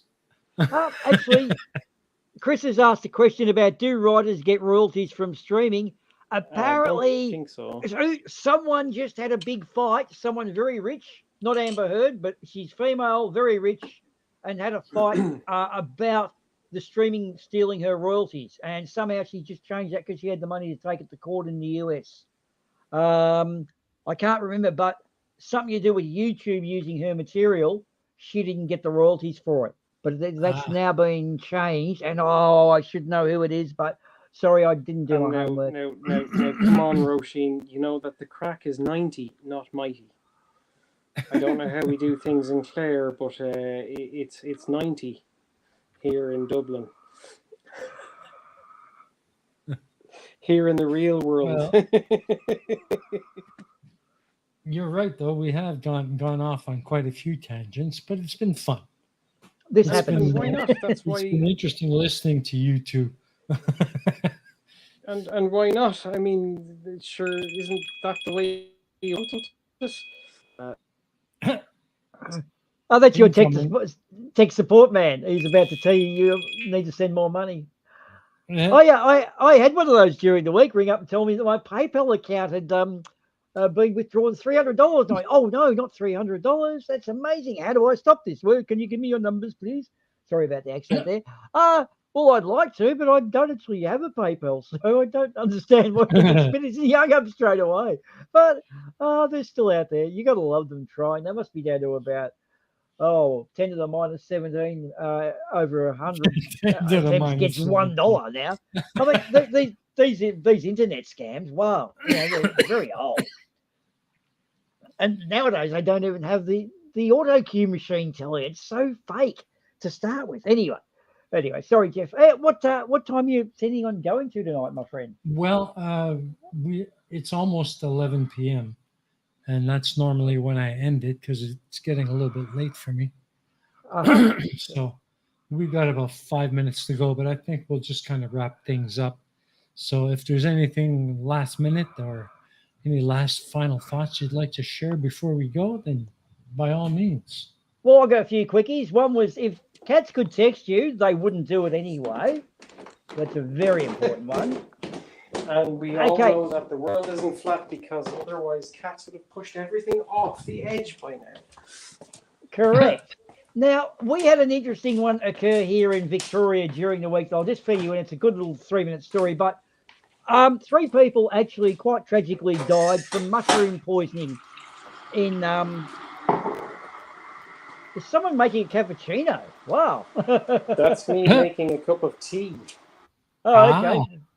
Right, sorry, getting back to it. There's a loud kettle. I thought it was a cappuccino machine. Anyway, what's happened is this woman went out and got some mushrooms, some field mushrooms, and we all know in Victoria that a few of the field mushrooms are quite dangerous and they can be toxic. So, and they're called death caps too. So, anyway, she made lunch for her ex-partner and their 2 friends, their family. Of course, she didn't have any of that. Also, her current partner didn't come to the lunch, and her kids didn't eat the mushrooms either. 1 person's still in hospital. The other 3 people have died. Now, oh dear, death by misadventure was the thing. They then discovered that the dehydrator she used for the mushrooms was thrown to the tip 2 days later. She actually threw it out. And then when she was queried about where she got the mushrooms from, her story was she told a current affair that she got it from the supermarket, but she told the police she picked them out in the field. So, whoopsies. And now everyone on TV is all saying, she's done it, she's murdered them. Of course, my theory is people who accuse people of murder have got really bad grammar. I've got a feeling that most murderers actually have bad grammar too. But so we had this situation occur where it looks like someone has tried to poison her ex-partner, but all the circumstantial evidence says don't talk to the media right now. But that's one we had happen in Victoria during Well, I think everybody knows by now. I mean, everybody should know by now that the media does twist their news. Unless you're very well versed in mushrooms, just don't go picking them in the field. Get them at the grocery. Oh yeah, definitely. I mean, there's a guy called Atomic Shrimp on YouTube who does do foraging, and he's quite knowledgeable about his mushrooms, but he's not 100% because nobody can be. But he always prefaces his foraging videos with, if you're not 100% absolutely sure what you're picking and then thinking of going to eat, of what it is, don't eat it unless you are 100% sure, because you don't know what's going to happen. It could be the most deadliest of things ever, because he had our video there the other day. He was looking at nightshade, and the fruit that was on the nightshade plant looked very much like very small tomatoes, because obviously tomatoes are a member of the nightshade family as well as potatoes. But tomatoes aren't poisonous, but nightshade is deadly. And even still to this day, my ex's mother says to me that she loves tomatoes, but she can't eat them because it makes her lips burn and tingle. And this is because obviously tomatoes are from the nightshade family, and she obviously has an allergic reaction to nightshade. Well, Roisin says she loves Atomic Shrimp, and Tusk says he reckons he can beat a shrimp or beat a mushroom in a fight. What sort of fight? Yeah. We could make that next time you have a stream. Bring on Tusk versus the mushroom. In fact, I know some mushrooms that would probably give you a run for your money, Mr. Tusk. Mr. Keyboard Warrior. Atomic Shrimp versus Tusk. In fact, we just opportunity lost. We could have ragged the shit out of Tusk in the chat, and he would have not Yeah, wanted we could to have, but respond. unfortunately, we're out of Oh, time. what a yeah! Damn, you're so We're out of lucky, time. Tusk. So lucky. Yeah, All right. Well, I'm taking a little bit easy on Tusk at the moment, just because why not? I've been taking the piss out of him for so That's long okay. about ABBA. He deserves we'll a get break to him every next now and time. again. We'll get to him next time. But anyways, guys, we're out of time. Time to Thank wrap you. things up. So, thanks for coming on. It's been really nice having you guys on. So that's it. It's Say your always a goodbyes. pleasure, Score. Always Bye, a chat. pleasure to talk to you. Thank you very much for having me on, and Well, see you anytime. next time. You guys are always welcome. That's the thing about this stream, and to everybody in the side chat. If you want to hop on and join in, just let me know. I'll send you a link. No problem. We'll just see how many tangents we can fit into one show, right? 9 o'clock. Thank you, Oh, And yeah. chat. that's all about. Ah. Yeah, absolutely. But yeah, that's it, folks. We're going to call it. Thanks for coming out tonight. Sorry I've been away for so long, but I'm glad I was able to come on tonight and kind of fill you in what's up. Like I said, I can't make promises, but I'm going to try and do this again on a weekly basis. But right now, things are just all over the place. So I'm just going to have to kind of bear with me. But other than that, thanks for being so patient. Thanks for coming out tonight, folks. It's always great to see you guys come and join in. And with that, we're just going to call it a night and say goodbye. Bye. Bye. Bye-bye, everybody. Bye. Bye.